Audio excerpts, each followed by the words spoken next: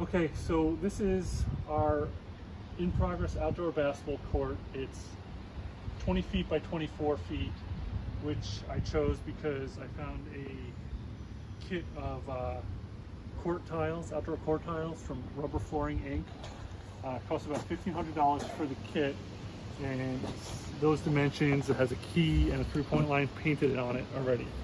So these wood boards here, these are 4x4s, and I got 12 footers, so that was pretty easy. It's two 12 footers in a row give you the 24 feet you need, so you don't have to cut that side, and the one side you got to cut. So some of the details to make it. So here you've got, this is basically the corner we started in because we weren't going to compromise on the distance from this, the top of this wood to the step. We wanted that to be the same distance as the other steps, so you wouldn't have a difference in the step down. So to attach these two corner pieces, basically there's about a 2-foot 4x4 underneath here, and you can see the nail hole here. That's a 8-inch galvanized steel spike, and drilled a little pilot hole first and hammered those in pretty easily, and so there's another steel spike there, so they're both going in the 4x4 that's underneath both of these, and that's tying it together. And here you can see the house. So the next thing, design detail, is the distance from the house is 46 inches. So that gives us exactly where this first 4x4 was laid out. And then we have a right angle here, and to do a right angle, you could actually use Pythagorean's theorem. So, you remember x squared plus y squared equals c squared. And there's all these details online where there's basically whole number right Pythagorean triangles. So basically, if one side is 3 feet and one side is 4 feet, then the diagonal will be 5 feet. So basically I measured from this end to here 3 feet, marked a line, and then this end to here measured 4 feet and marked a line, and then move this board until the diagonal was 5 feet, and so that will give you a right triangle right there in that corner. And then just try to make everything level from here. So level this one out and level that one out. And then here, where these two boards join, again, we've got a piece of 4x4 underneath them. This is I use a 4-foot piece, but you can probably use less. I don't know, 4 foot gives you like a nice solid footer. Use the galvanized steel spice to nail into underneath here. And basically just went around the whole thing like that. We dug out quite a bit, as you can see here, to get the level lines. Some areas we dug out, some areas we had to stack a bunch of boards. But the point is, these are 4x4s. Their actual depth is 3.5 inches. So we're going to use 2.5 inches of gravel and then another inch of stone dust to level up to the top of the wood here. And I think that'll give me a pretty good base. I've heard other recommendations that you want maybe 3 to 4 inches of gravel and 1 to 2 inches of stone dust, and then the tiles go on top of all that. But I don't feel like digging that much, so I'm just going to go with 2.5 inches gravel, 1 inch stone dust. So then just going around the edge of the court, basically leveled out all the dirt over here, and leveling the boards. It's pretty straightforward. This corner is kind of interesting because the yard kind of slopes down quite a bit, so we had to build up a couple of 4x4s to make a wall. There's actually 3 of these under here, and it's filled with gravel at this point.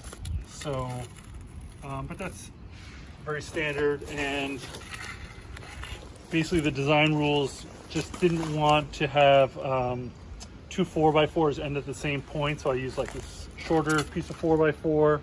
So then you have this other midpoint is in the midpoint of this upper 4x4. you know, just kind of staggering them to give some strength to the wall. Didn't use dead men or anything like that. It's a pretty short wall. Not a ton of pressure is going to be on it. And the other thing we did for our house is took the opportunity to grade this a little better. So like I said, it's 46 inches from the wall to this first 4x4. So I'm using a rule that I want to drop 6 inches in 12 feet. So basically, you know, just stuck a level onto here, going across, marked off where, you know, the level point of this top piece of wood is on the wall, 2 inches up, and that's where I started my dirt. Just brought it down on an angle there. So this is 46 inches, about 4 feet, and it's going 2 inches there. And then in the box itself, the dirt, I measured out another 8 feet, and that drops another 4 inches. So then across the 12 feet here, I've got a total of 6 inches, probably a lot more actually, because there's a huge step here.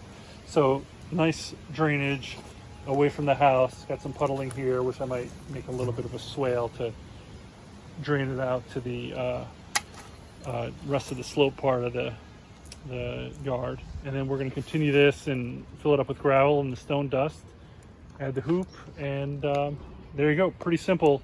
A lot of labor, a lot of digging, and a lot of gravel to haul. So we have a thing here in Maryland, Casa de Maryland, that lets you hire labor for, you know, minimum wage or a little more if you can afford it, and that helped a lot to get everything done.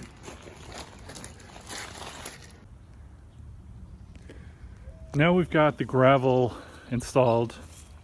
This is a total of 5 scoops, and again, it's a 20 by 24 dimension court, so that's a total of 480 square feet. And there's different gravel calculators you could get online, but the tricky part is, you know, your ground is going to be uneven, so it's hard to do the math. So what I'd recommend is ordering a couple scoops just to get a base, a level base, and then measuring the height of the gravel you need from that level base, which I didn't do because, as you can see, we've got a little bit under ordering there, but that's okay. We'll just order a little extra stone dust and build that up that way.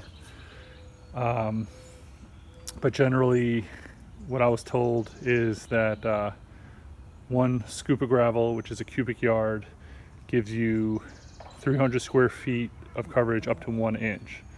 So we had about 3.5 inches total from the ground, what we're going for, from the ground to the top of the wood, and we wanted 2.5 inches of that gravel, so you could do the math, and we were pretty close with the 5 scoops. We did use some of the gravel to do leveling under some of the wood boards and different drainage. So what we did is, in this far corner that you can see over there, we put more gravel on both sides of the wood, actually, then put landscaping fabric on the outside and dirt on top of that, so that if any water goes under the wood, it'll go through the gravel and down the slope of the yard away from our house. While on these sides, we didn't really care about drainage, so we just built the outside up with dirt. So you can use dirt and gravel in different places depending on how you want to direct the water flow. So again, we've heard, you know, I read about people telling you to use a rolling compactor or a ride-on compactor, maybe a jumping jack, something like that, but we just use this hand tamper, and as you can see, it's pretty solid. I think that's going to be fine to put stone dust on top of. We leveled it just using this 2x4 with a level on top, just to get an idea that our goal was to be 1 inch, which we marked there, so we're pretty close to our inch. So we marked 1 inch in different spots all around and tried to get that point. So then we know that for the stone dust we need 1 inch times 480 square feet. Same math for the stone dust. It's 1 scoop 1 cubic yard is 300 square feet, so we need about a scoop and a half, but we've got this extra little gaps here. It's kind of, this part is not exactly an inch, it's a little, we need a little more, so I ended up ordering 2.5. And you know, part of the calculus behind that is that if we order more than $100, we don't have to pay the $30 delivery charge. So I said, what the heck, let's get 2.5. And that's pretty much it. We're in good shape, ready for the stone dust. We'll hand tamp the stone dust when we get it, level it out even with the top of the wood, and then our tiles are going to go on top of that. So getting close. Okay, today we're working with the stone dust, and you see we have the screed rails installed, set level. You might have to dig out the gravel or set a little higher with stone dust underneath to get it exactly flush with the top of the wood boards.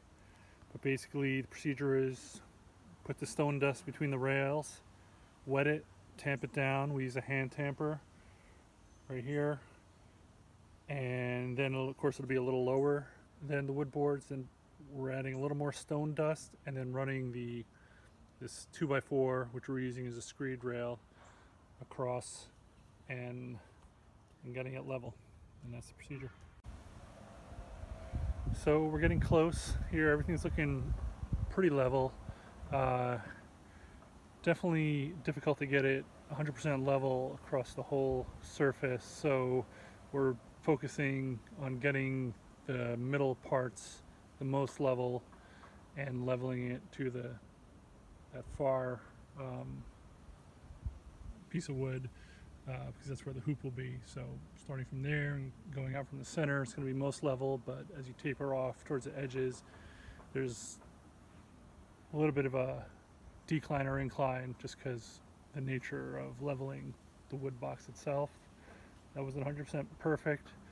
The one thing I'll say is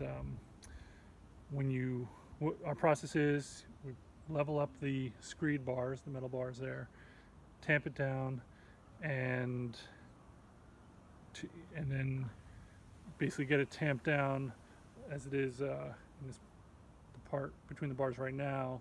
It's basically a couple sheets of paper away from being level with the bars. Then we put another dusting of stone dust higher than the bars and use the wood board there, or get a screed board, even better, it'd be more level, and we pull it across the screed bars to get it level, and that's our process. Recommend leaving the grooves for the screed bars so we can go back and re-level anything that ends up being a little bit off at the end, just as a final check, and then the tiles go down. The other point I'll make is that when you're tamping the stone dust, you'll need at least twice as much as the calculators online say they will. So I think I originally said that it was a scoop of stone dust, 1 cubic yard, is 300 square feet, covering 1 inch, but it's, after you tamp it, it's probably half that. So we ended up not ordering enough originally.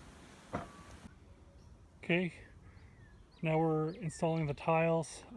Just a little trick: if you put a piece of plywood down under the joint, it's a lot easier to click these tiles together. These are the rubber flooring ink tiles that have little loops on one side and little tabs on the other. They go together, and if you have something a little tougher underneath, when you step on it, it'll just click together. Otherwise, you can't really step on it when it's under when the gravel's underneath.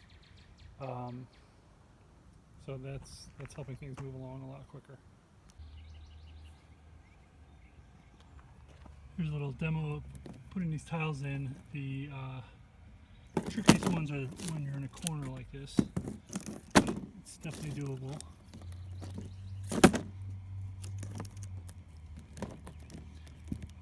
When you have the plywood under, it's pretty reasonable. stand up close. Just give it a stomp.